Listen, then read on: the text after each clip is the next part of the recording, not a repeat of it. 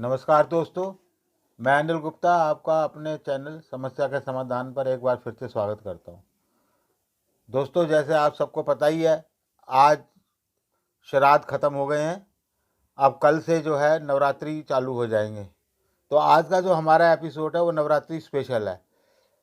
उसके बारे में आपसे कुछ चर्चा करना चाहूँगा, आपको कुछ बताना चाहूँगा। लेकिन आगे बढ़ने से पहले कृपया हमारे इस चैनल को लाइक करें, सब्सक्राइब करें, बेल आइकन को दबाएं और ज़्यादा से ज़्यादा शेयर करें, जिससे और लोगों तक भी इसका लाभ पहुंचे।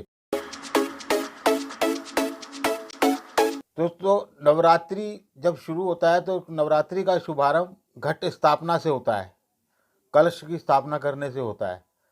तो इस बार जो घट स्थापना का जो मुहूर्त निकला है वो है प्रातः 6:11 से 7:51 तक। केवल 40 मिनट का समय है। उसके बाद फिर दूसरा मुहूर्त जो निकलेगा वो है 11:48 से 12:36 तक। इस बीच आप घट स्थापना कर सकते हैं। क्योंकि माता रानी इस बार हाथी पर सवार होकर आ रही है, तो ये सबके लिए बहुत ही शुभ है। ये नवरात्रे सबके लिए बहुत ही शुभ है। अब मैं आपको ये बताना चाहता हूँ कि नवरात्रि में पूजा कैसे करें। वैसे तो सब अपने अपने ढंग से पूजा करते ही हैं, लेकिन जो मैं कुछ आपको बताऊंगा अगर उस विधान से आप करेंगे तो हो सकता है माता रानी आप पर ज़्यादा प्रसन्न हो जाए, आपकी पूजा सफल हो जाए। तो दोस्तों, सबसे पहले ये करिए, अपने मंदिर की साफ़ सफाई करिए। पहले नवरात्रि को सवेरे उठकर मंदिर की साफ़ सफाई करें, गंगा जल छिड़कें और माता रानी का एक सुंदर सा चित्र लेकर के उसको स्नान कराएं, साफ़ सुथरा करें। माता रानी को पोशाक पहनाएं, लाल चुन्नी उड़ाएं, फूल माला पहनाएं। उसके बाद घट स्थापना कैसे करनी है ये मैं आपको बताता हूँ। सही मुहूर्त के अंदर आप एक तांबे के कलश में पहले गंगा जल डालें, फिर जल डालें, फिर सादा जल डालें। पहले गंगा जल फिर सादा जल डालें। उसके अंदर आपको क्या करना है, एक सुपारी, एक हल्दी की गांठ और 1 रुपये का सिक्का, यह आपको उस कलश में डालना है।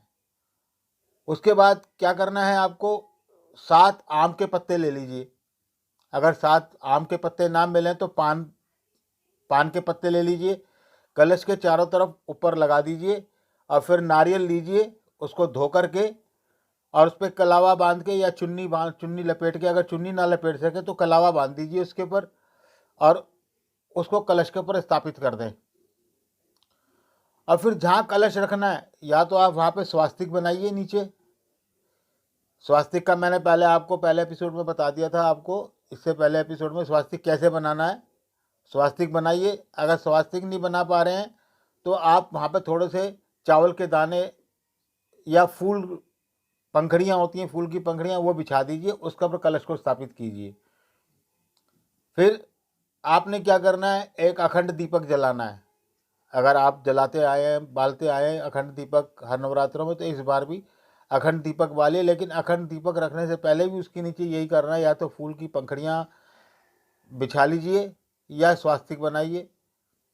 ये आप काम करिए, अखंड दीपक बालिए और माता रानी की पूजा प्रारंभ कीजिए। पूजा करने में क्या करना है, आपको सबसे पहले आप इस बार पूजा के अंदर दुर्गा सप्तशती का पाठ करें। रोज़ दुर्गा सप्तशती का पाठ करें। दुर्गा सप्तशती का पाठ करने के लिए मैं आपको बताता हूँ किस तरीके से किया जाता है। दुर्गा सप्तशती में शुरुआत में पहले गणेश वंदना होती है। गणेश वंदना करने के बाद उसमें 3 पाठ आपको करने होते हैं, जो हर पाठ से पहले करने होते। 3 स्तोत्र होते हैं उसके अंदर। पहला है कवच, दुर्गा कवच, दूसरा है अर्गला स्तोत्र और तीसरा है कीलक स्तोत्र। ये तीनों पहले आपको पढ़ने चाहिए और इसको पढ़ने के बाद जब पाठ प्रारंभ करना चाहिए। और पाठ कैसे करना है, ये नहीं कि भाई रोज़ दुर्गा सप्तशती पूरी आपने रोज़ पढ़ ली। अगर रोज़ पढ़ सकते हैं तो आप, अब इतना टाइम है तो आप पढ़िए, कोई मनाही नहीं है इसके अंदर, बहुत अच्छा है। अगर नहीं पढ़ सकते तो उसका एक तरीका है, पहले दिन पहला अध्याय, दूसरे दिन दूसरा तीसरा अध्याय, तीसरे दिन चौथा अध्याय पढ़ना है आपको, और चौथे दिन 5वां, छठा, 7वां, 8वां, ये 4 अध्याय एक साथ आपको करने हैं। 5वें दिन 9वां और 10वां अध्याय।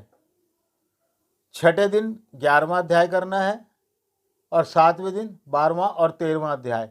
इस प्रकार दुर्गा सप्तशती के अंदर कुल 13 अध्याय हैं, ये आपको करने हैं। अब अष्टमी वाले दिन तो सब लगभग माता की कन्याएं बैठाई देते हैं, माता की कढ़ाई कर देते हैं, तो आप ये करिए। और मैं तो कहता हूँ इसको रोज़ का नियम बना लें, दुर्गा सप्तशती को अपने जीवन के अंदर रोज़ को पढ़ने का नियम बना लें तो बहुत ही अच्छा हो जाएगा। दुर्गा सप्तशती कई लोग क्या कहते हैं कि बहुत मोटी पुस्तक होती है, बहुत टाइम लगता है, तो दोस्तों मैं आपको एक उपाय बताता हूँ। आप दुर्गा सप्तशती खरीद के लाइए, पंडित चमन भारद्वाज की लिखी हुई, ये जालंधर के हैं पंडित चमन भारद्वाज, आप इनकी लिखी हुई दुर्गा सप्तशती लेके आइए। ये बहुत सीधी सरल भाषा के अंदर है, कविता के रूप के अंदर है और बहुत पतली सी किताब है। अगर आप इसको पढ़ेंगे तो आपको ये कंठस्थ हो जाएगी, जैसे हनुमान चालीसा लोग बागों को याद हो जाती है ना, फटाफट फटाफट बोल देते हैं, इसी प्रकार ये दुर्गा सप्तशती भी आपको याद हो जाएगी और पढ़ने में इतना आनंद आएगा कि मैं बता नहीं सकता आपको। आप किसी पुस्तक भंडार से इस किताब को खरीद सकते हैं, तो आप ये करिए। आप अगर दुर्गा सप्तशती पढ़ने का आपके पास टाइम नहीं है, बहुत से कामकाजी लोग भी होते हैं जो जिनके पास समय नहीं होता, माता की पूजा भी उन्हें करनी है, तो दुर्गा सप्तशती के ही 3 श्लोक 3 मंत्र हैं जो उनको तो शर्तिया बोलने ही चाहिए। आप नोट कर लीजिए, मैं बोल देता हूँ, आपकी समझ में आ जाएगा, आप ये बोलिए। बहुत साधारण से मंत्र है, आपने सुने भी होंगे, पंडित जी जब पूजा कराने आते हैं तो लगभग ये मंत्र बोलते ही बोलते हैं। ओम जयंती मंगला काली भद्रकाली कपालिनी दुर्गा क्षमा शिवा धात्री स्वा सवधा नमोस्तुते। एक तो मंत्र ये हो गया।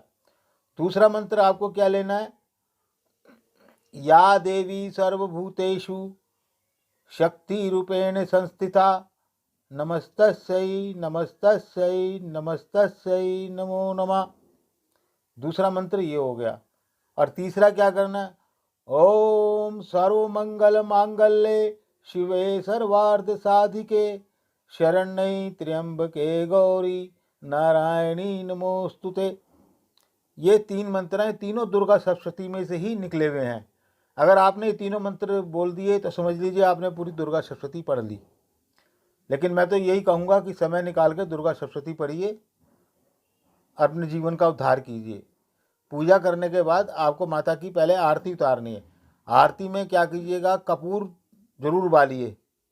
दीपक तो आप अखंड दीपक जला ही रहे हैं, एक कपूर जला करके उससे माता की आरती उतारिए। माता की आरती उतारने के बाद क्षमा याचना कीजिए, माता से अपनी प्रार्थना कीजिए। फिर माता का भोग लगाया जाता है। माता का भोग तो आपको पता ही, आप सब लगाते ही हैं, लेकिन सीधा सा है, कई लोग मैंने देखा है क्या करते हैं कि कपूर जलाया, उसके ऊपर ही बताशे रख दिए और उसके ऊपर ही लौंग चढ़ा दी। लेकिन आप ऐसा कीजिए, उपले की क्यारी जलाइए, थोड़े से उपले की क्यारी जलाइए, उस पर घी डाल के उसको बालिए।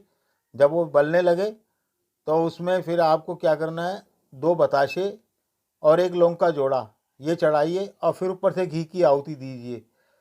दोस्तों, भोग कोई भी लगाओ उसमें घी की आहुति बहुत ज़रूरी होती है। अब आप कपूर जला के बताशा रख देंगे उसके ऊपर और लौंग चढ़ा देंगे तो घी तो नहीं चढ़ा सकते ना फिर उसके ऊपर आप। लेकिन जैसे मैं बता रहा हूँ आप ऐसे करिए। फिर इसके बाद आपको क्या करना है, नवरात्रों में जौ बोए जाते हैं, हर घर के अंदर जौ बोए जाते हैं। उसको पंजाब में खेतड़ी बोलते हैं, हमारे यहाँ नवरात्रे बोलते हैं उनको। तो आपको क्या करना है, मिट्टी का बर्तन लेना है, उसको साफ़ कर लीजिए, उसमें मिट्टी और रेत बराबर मात्रा में मिला करके भर लीजिए। रेत जरूर डालिए उसके अंदर, जिससे मिट्टी जो है पोली हो जाती है थोड़ी। और फिर उसके अंदर जौ डालिए उसके अंदर, लेकिन ध्यान रखिए जौ जो है साफ़ सुथरे हों, उनमें घुन ना लगा हुआ हो। ये घुन लगा हुआ जौ कभी नहीं उगेगा। जौ डालिए, फिर हल्का सा पानी छिड़क दीजिए। और एक बात खास ध्यान रखिए, इनको ऐसी जगह रखिए उठा करके जहाँ चूहे ना पहुँच सकें, वरना चूहे जो है पहले दिन ही सारे जौ खा जाएंगे, फिर आप देखते रह जाएंगे कि हमारे तो जौ हो गई नहीं। उनको चूहों से ज़रूर बचाइए, हो सके तो पहले दिन ढक के रख दीजिए, 1-2 दिन ढक के रखिए उन्हें, जब तक वो उग ना आए। अगर खाली जौ पड़ेंगे तो चूहे खा जाएंगे, तो इसको जो है संभाल के रखिए। उसके बाद माता रानी से अपनी क्षमा याचना कीजिए। मैं पहले बता चुका हूँ, क्षमा याचना कीजिए, अपनी प्रार्थना कीजिए। तो दोस्तों आप ये कार्य कीजिए। नवरात्रों में ये आप बता दूँ 9 नवरात्रे होते हैं। पहला शैलपुत्री का, दूसरा ब्रह्मचारिणी का, तीसरी चंद्रघंटा, चौथी कुष्मांडा का, पांचवी स्कंद माता का, छठी कात्यायनी माता, सातवीं कालरात्रि, आठवीं महागौरी और नौवीं सिद्धिदात्री। इन 9 देवियों की पूजा की जाती है। इस प्रकार आप माता का ध्यान करके पूजा कीजिए। और जब भी अष्टमी को या नवमी को आप कढ़ाई करते हैं, 9 कन्याओं को एक लोकड़े को बुला करके उनको भोजन कराएं। और जो आपकी श्रद्धा है वो दान दक्षिणा उनको दें। सब आपका कल्याण हो जाएगा। बस आज इतना ही। जय माता की।